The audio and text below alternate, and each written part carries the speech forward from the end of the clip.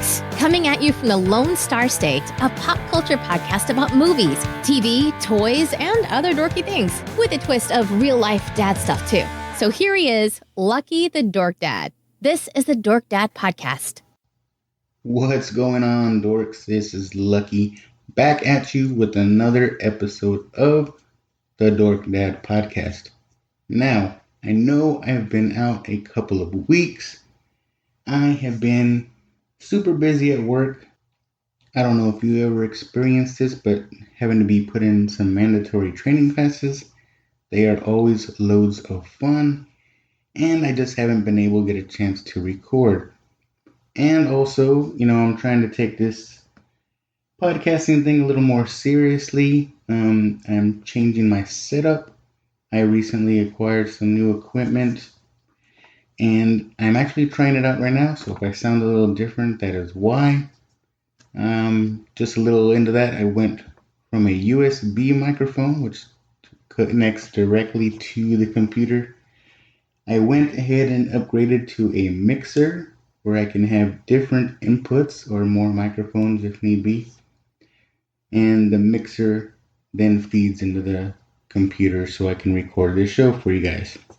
So that's what I've been doing, and that's what I've been trying to do, trying to get this thing working, because I am not an audio guy and I have no clue how to hook this up. I've been watching YouTube and just Googling everything I can about this mixer, trying to get it to go. But I think I've got it connected to where I can use it, so here we go. Okay, on this episode, we will be getting into some weekend box office numbers. We are going to dive into some dork news, what's new in pop culture, and we will be going over some Dork Dad questions and cover a little dad stuff, which might lead into a little what are you watching?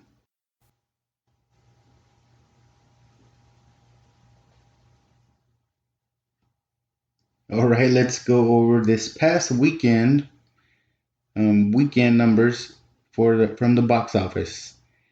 The three brand new movies to take the top three spots. Rambo Last Blood weekend numbers came in at 18.8 million. Ad Astra at 19 million.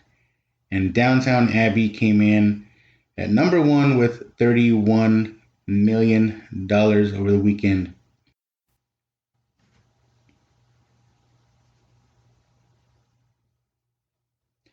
Honorable mention, It Chapter 2 in week number 3 brought in 17 million. Their grand total so far domestic is 178 million bucks. And the other notable one, Hustlers, in its second week came in at $16.8 million. So those are the weekend box office numbers.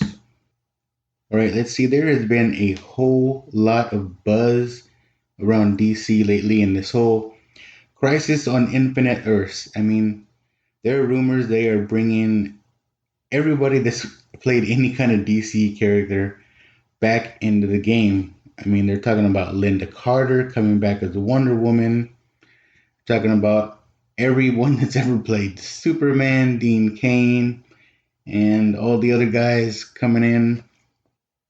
It looks like they really want to make a splash into the TV world, but the only thing I really care about DC is Batman. Like I said, I've been on a Batman kick lately. And of course, this Joker movie, which if you guys don't know, tickets went on sale already. I know it's coming out next week, but tickets are on sale. I got my tickets for Thursday night. I'm going to be seeing that, and I'll probably give my review in a couple weeks. So yeah, that's going on with DC. Like I said, I really don't care about this whole DC Arrowverse, and I don't watch any of those shows. I don't watch Flash, Arrow, Supergirl. Those just don't interest me. But again,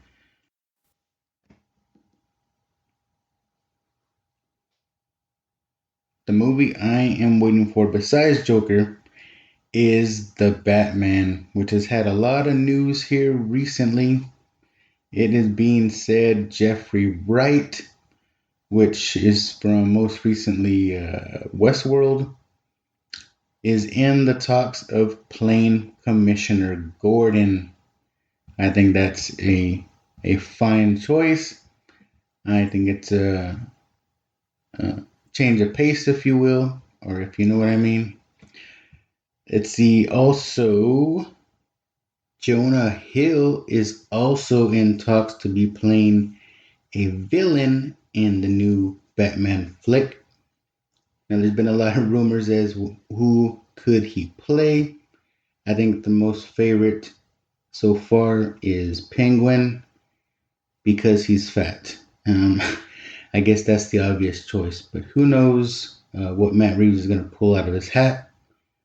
And of course, there are still rumors that Joaquin Phoenix is going to play some part in the new Batman movie. Because we know Pattinson cannot be in the current DC universe. This would have to be something totally different, which I am down for. All right, let's see what else is in the news. You know, it always seems like whenever I take a little break, I just get bombarded with news. But let's see some notables here. The Mortal Kombat reboot has started filming. Now, this is pretty unique. I mean, not only is it a video game or a movie that came from a video game, but I think it is the first movie or video game to movie that is getting a reboot. So that's pretty interesting. The original film came out in 1995. It was a hit back then. I liked it. The sequels, maybe not so much. But one difference between the original from 95 and this new Mortal Kombat movie is that it's supposed to have an R rating. So what does that mean? The occasional fuck you or eat shit. But I think more importantly, or at least I am hoping we're going to get some fatalities, some gore, some blood. I think with an R rating, they really can pretty much do whatever they want. So if any of you guys listen to the RLU weekly show, that's Raw Live Unedited, they had talked about movie reboots and talking about, the movie company is not coming out with anything original anymore. They're just rebooting or rehashing out old content. But Universal is looking to get into the original movie business. So Universal has supposedly contracted with M. Night Shyamalan for at least 2 movies because they say, in quotes, they believe in original content. These 2 movies are set to come out in February of 21 and February of 23. No real news about what they're going to be about, but I am guessing they like what he did with the whole Unbreakable and Glass and Split. Maybe they are trying to set up their own little deal. So I know Universal failed with the whole monster universe. It just did not happen. So maybe they're giving Shyamalan another chance at some original stuff. So look forward to that.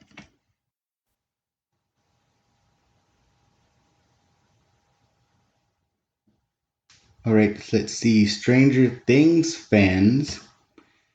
It looks like Finn Wolfhard is reportedly going to be playing Nova in the MCU. Now, how do I feel about this? I'm totally fine.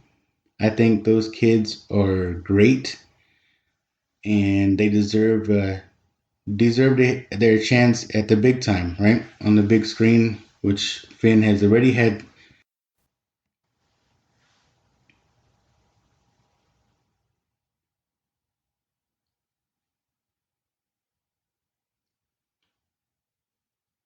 He's had some success with the It movies, right? One that I originally loved, Millie Bobby Brown, I am getting a little tired of. So I hope they don't bring her in the MCU. Just saying. Let's see. Now, Jon Favreau. I love this guy, but I think he has lost his rocker. Now, we're all excited for The Mandalorian coming out. If you haven't signed up for Disney Plus yet, um, you should. I have already, so I am ready. I'll be ready to watch on day one. But Jon Favreau, he has reportedly said he would love the idea or love to do a Star Wars holiday special. Yeah. So I don't know if anybody remembers it. I know it's on the internet out there. This horrible, horrible Star Wars holiday special from 1978. We don't need it. We don't need a reboot. I love you, John, but no, don't do it. Stay away. Let's get over this whole episode 9 hump. Let's see how people react before we start throwing out. Let's do a holiday special. Now he said he does want to do it for or exclusively for the Disney Plus service. So I don't know. We're just gonna have to see what happens. So maybe I do not have this mixer hooked up right. I don't know. I was gonna bring up the latest Breaking Bad movie trailer, El Camino. I thought the way I had it set up, I could play the audio through this mixer and you can hear it in the recording. But I guess I don't have it set up that way. I'm still working on it. But that's what I planned on doing. At least playing the audio of the trailer while I watch it and then talk about it. But if you haven't seen the trailer yet, it is pretty awesome. We get shots of Jesse. He looks out of it. See him meet up with his boys, Badger. Yeah, it just looks like he doesn't know what the hell is going on. You see a couple of images of two people across a river or across a field, which people are saying is Mike Armentrout. And at the very end, you hear a voice telling him, "Are you ready?" Which everybody is saying is Walter White. Now, both of those actors are rumored to be in this movie. Whether they are real characters or not, or maybe just hallucinations, is yet to be seen. But I am definitely ready for this movie, appearing on Netflix on October 11th. So be on the lookout for that. All right, let's see what else is in the crazy news. Sylvester Stallone reportedly is interested in doing a Tango and Cash sequel. And he can't let it go, right? I mean, Rocky's done, Rambo done. What else? What other roles can he reprise? I mean, I said it before. Come on, Stallone. You're not getting any younger. You need to just chill out, man. You're gonna end up dying on one of the sets to these movies, but I get it. He wants to be remembered, trying to do whatever last bit he can to ensure his legacy. And it's also saying that he wants to do another Rambo, but a prequel. So, yeah. It's time to hang it up. All right, let's move on. I was trying to still mess around with this mixer, getting a little frustrated, but let's move on to lost my train of thought. Let's move on to some Dork Dad questions. So I had posted, like I said, it's been a couple weeks, so I don't remember what brought this on, but maybe because now that I'm older, I'm a big baby. I cry at almost every movie, but I posted up the question: what movie or show always makes you cry? And let's see what you guys said. We have Nate the Human. That's Nate from Boys with Your Toys podcast. He says, How I Met Your Mother, the episode where Marshall's dad is dying. And I have no comment because I've never seen that show. So there you have it. But that makes him cry. We got Justin73, Justin73 on Instagram. Says the movie Rudy. Of course, who doesn't like Sean Astin? We got Vegetable Tube.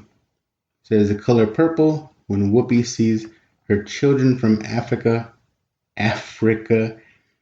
plus Tony Stark's funeral. I didn't cry at the funeral as much as I did as that line where, Pepper tells him, it's okay, we're gonna be okay. The boys at the Starlight Digest says This Is Us, a show that I don't watch, my wife does. Toy Story 3, yes, Toy Story 3. E.T. and the one with Keanu and the inner city baseball team. And whoever's responding from the Starlight says, and I'm a pussy, apparently. So the one with Keanu Reeves, that's Hardball. He coaches the Cucumbas. And that's one of our family's favorites. Little baby G. Can't cry, man. Shoot, little baby G. Bobcat BPRD says Turner and Hooch. All right. The Geek Out Show says TV show Fresh Prince. Will Smith father leaving scene. And movie Will Smith again, Pursuit of Happiness. Oh, and Denzel Washington and John Q. Man, I cry on all three of those. I like Will Smith, but man, Pursuit of Happiness. It seems like it's on quite a bit, or at least it was in the past. Every time I'm flipping through the channels and that movie's on, I have to watch it because, that's a great movie. Great movie, great story. John Q, of course, and another one of me and my wife's favorite movies. Cynthia or CQros Texas 5 on Instagram says The Color Purple and The Notebook. Yeah. Let's see. Augustine Garcia 1190 says The Office. The episode where Michael Scott leaves and everyone sings a goodbye song to him. That's, yeah. The Office makes me cry. What makes me cry is it's going to be leaving Netflix.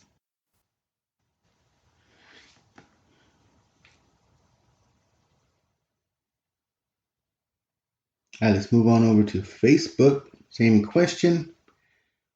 Adam, the Urban Spidey, says Guardians of the Galaxy Volume 2 never fails to make me cry. Says He may have been your father, but he wasn't your daddy. Gotta love old Merle. Uh, Merle from Walking Dead. Aldo Chavez says The Notebook. That's a little chilling, buddy.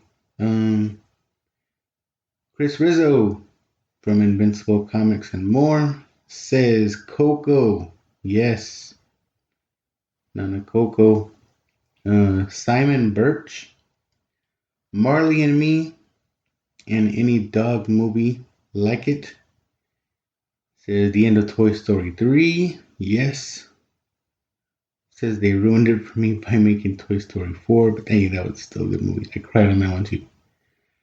And of course, Tony Stark's Endgame scene, and he agrees Yondu's scene from Guardians of the Galaxy Volume 2.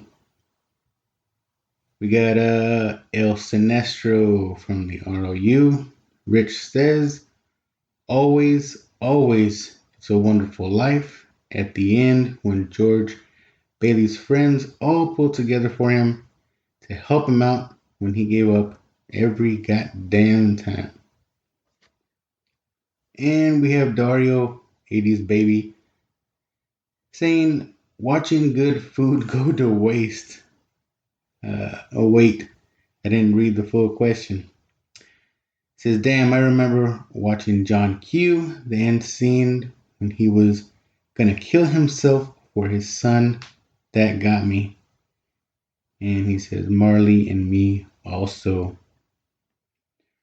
Now, thanks to everybody for responding. One that always gets me. Like I said, I'm a big crybaby now, but one that always gets me. One of my wife's favorite movies is Armageddon. Just the whole end, when he takes Ben Affleck's spot, and he sees his life flash before his eyes with his daughter. Yeah, get choked up every time. All right, I have another Dork Dad question. What is your favorite Kevin Bacon movie? I think that's what I said. Yes. So before I get into the answers, this one came about because I came across a story saying that Freddy Krueger, Robert Englund, wants Kevin Bacon to take over the role. And I think this is an old story. I want to say this probably broke like a couple years ago, but I guess he brought it up in another recent interview this month. What's funny is Robert Englund, he says that he'd be up to doing take another stab at it, but he would like to see someone carry on the franchise over multiple new Nightmare on Elm Street movies, which is funny in a way. I know Robert Englund is a lot older than Kevin Bacon, but Kevin Bacon is no spring chicken. He's pretty up there too. So even if he did take the helm, if you will, how many more movies could he actually make? I guess if that's all he did, he could put out a few. But if Robert Englund really wants the story to move on, I don't see Kevin Bacon taking over the role. You need a younger guy. I mean, not too young, but younger than Kevin Bacon. But even though I love Kevin Bacon, so that's why I wanted to talk about what are your guys' favorite Kevin Bacon movie?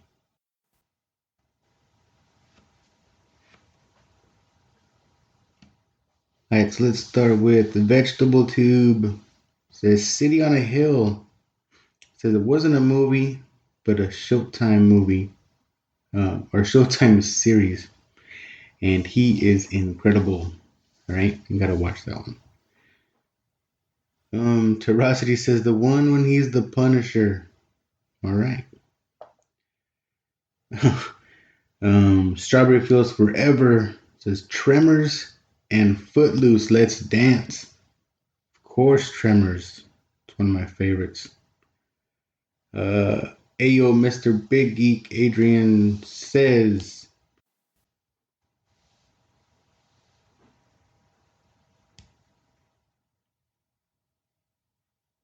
yeah, say that to my face, you fucking faggot.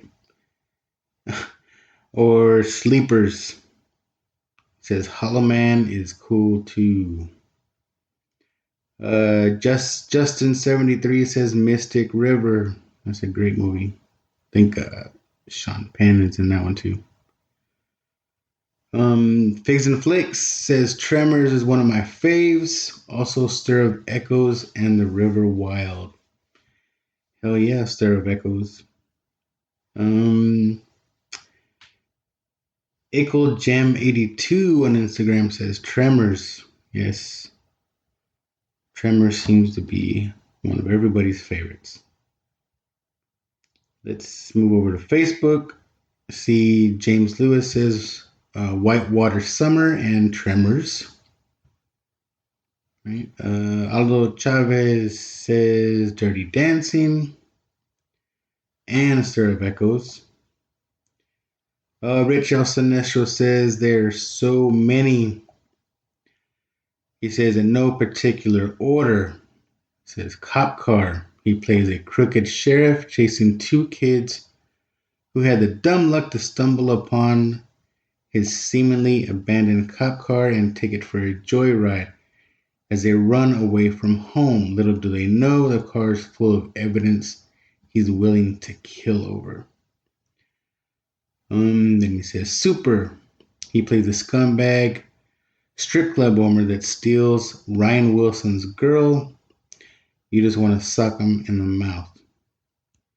And The Woodsman says he plays a convicted child molester trying to make it back in the world after he is ostracized by everyone in his life and community.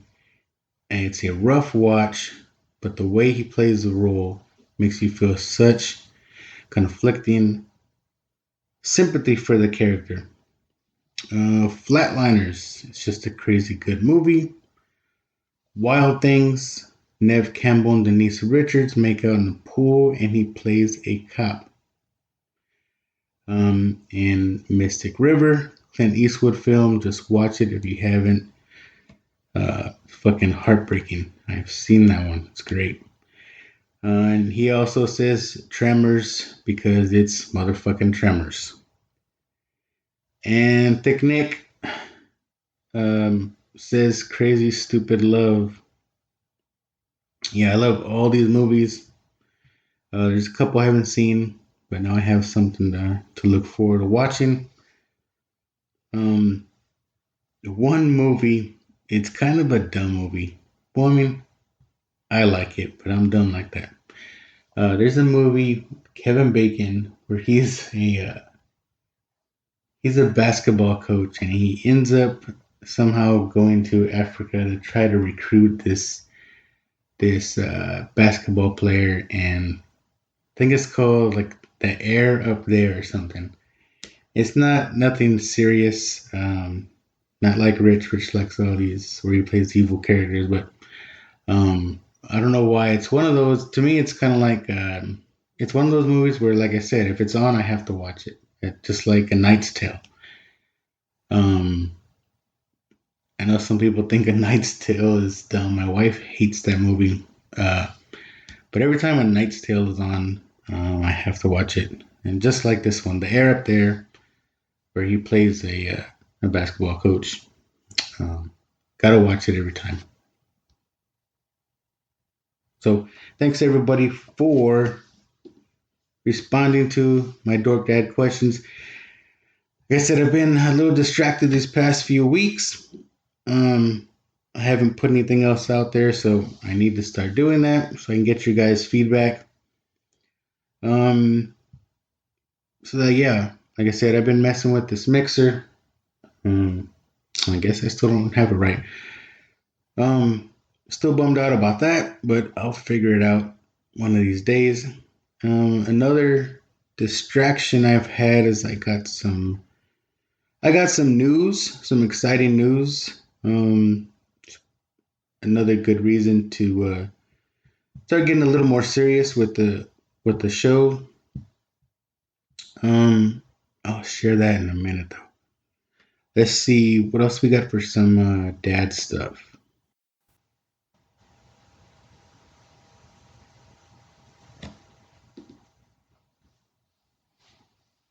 Let's see dad stuff.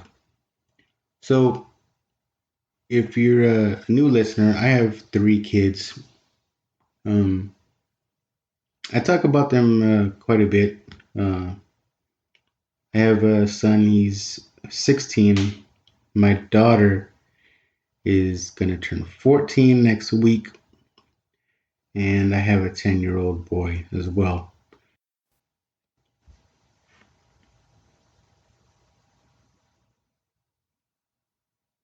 So I gotta say, my boys, if I'm being honest, are boys are easy, right? Boys are easy. My oldest he's chill. Um, he causes no problems. He just does his own thing. My youngest is the crazy one. He's the one that makes everybody laugh. And I don't know how many of you have daughters or teenage daughters. My daughter, I love her to death, but if I'm being honest, she's being a little bitch lately. I mean, I don't know what it is. I don't know. She's just being a little bitch. I mean, talking back. Um, I don't know. Like she feels privileged. I don't know what it is. Maybe we spoiled her too much. But um, maybe I should put that out there. If you guys have any daughters, how you guys deal with teenage daughters? Uh, Part of me wants to beat the hell out of her. And then part of me says, no, don't do that. So I may post that up. What do you do with your teenage daughters? I don't know if it's because her birthday is coming up. She is expecting all this stuff and she is out of her damn mind. Kids nowadays, they're like this Travis Scott Astro World. And she's all into this whole, she wants this outfit, right? This Astro World outfit. They are damn sweats. It's a damn sweatsuit, like sweatpants and a sweatshirt. I mean, $75 a piece, which means $150 for a pair of sweats. She is out of her damn mind. Maybe I'm crazy, but really, $150 for some sweats. That's what I'll take her to Walmart and get her some sweats for $10. It's like, but it says Astro World on it. I said, shit, give me a marker. I'll put Astro World on it. Or I'll print up some sweatshirts with three-legged rabbit. I'll put one that says Astro World if you want one that says Astro World. So that's what she thinks she's getting for her birthday, but that's not happening. I ain't paying $150 for some sweats. Anyways, what did we do? Well, I never talked about. We went to go see the movie It. So me, my daughter, my oldest son, and my wife. My youngest didn't want to see it. He saw the first one, but he wasn't that into it. So we saw It Chapter 2. Great movie. Really, really good. Like a lot of people, I think the first one was better, but at the same time, I think you have to look at it as one continuous movie. But the first one to me was better in the fact that it was neither of them were really scary. But the first one, I guess mainly because the kids, everybody says they love the kids story. But there was a lot more jump scares as compared to the movie when they're adults. And it was kind of cheesy, I think, the way they defeated him this time around. But I still had a good time. My daughter, she's crazy, like I said. She was laughing almost the whole movie. Like she wasn't scared at all. She thought it was funny. One part, she could not stop laughing. Like she was literally LOLing, laughing out loud in the theater. Was the funhouse scene um, where Pennywise is like banging his head on the glass, and she couldn't. She just thought that was the funniest thing in the world. And for like a whole week after that, like she would bang her head on the glass, like, "What are you doing?" And then she would start laughing. Um, Another part that she liked is when she was going after Ben's character, and he kind of sneaks up on him and says, "Hey, fat boy." Um, she couldn't stop laughing because he said, "Fat boy." Um, but overall, great movie. Really liked it a lot. Everybody enjoyed it. Um, like I said, probably the next movie we're gonna go see is Joker. Uh, I got tickets for Thursday night, and it's probably gonna be me, my son. I ended up getting 3 tickets, so it'll be me, my son, and either my wife or my daughter, depending on who wants to go. Since it is a school night, um, we'll see. Um, I'm kind of losing my energy here. May close this one out a little early. Um, I don't know if you can tell, like I haven't been recording constantly. I keep stopping to try to mess with this mixer again. I'm getting a little more disappointed with it. So I'm not sure how the audio is going to sound on this episode. I had a whole bunch of things I wanted to do, which I thought I was going to be able to do. Like another reason I got this mixer was to I could insert audio clips. I can play stuff from my phone, from the computer, and I'm not sure. The way I have it hooked up, I can hear it in my headphones, but it's not recording. It's only recording my voice. So back to the drawing board, as they say. And it does do some like cool sound effects and stuff. But we'll see. I'll try to figure it out. Before I go though, so the exciting news, and hopefully just the beginning of things to come. But I guess starting with this episode, see how it goes. You will not only will you be able to find me on my own channel, right, Dork Dad Podcast. You will soon be able to hear me with the RLU crew, that is the Raw Live Unedited Podcasting Network. You'll be able to catch the Dork Dad Podcast on their network, on their stream, and quite possibly you'll hear my voice on some of their shows coming up. I think I'm set to make an appearance on the weekly show. I'm not sure yet. I don't have confirmation, but definitely look forward to that. So again, before I go, shout out to the RLU. I'm excited to join the family. And if you don't know about the RLU, you need to check them out. Raw Live Unedited Podcasting Network on iTunes and everywhere else, or at rawlivepod.com. We've got something for everybody. You can join the main crew on the weekly show. We're similar to mine. We talk about everything pop culture. We got Starlight Digest and Hot Topic. Talk about all the Star Wars news.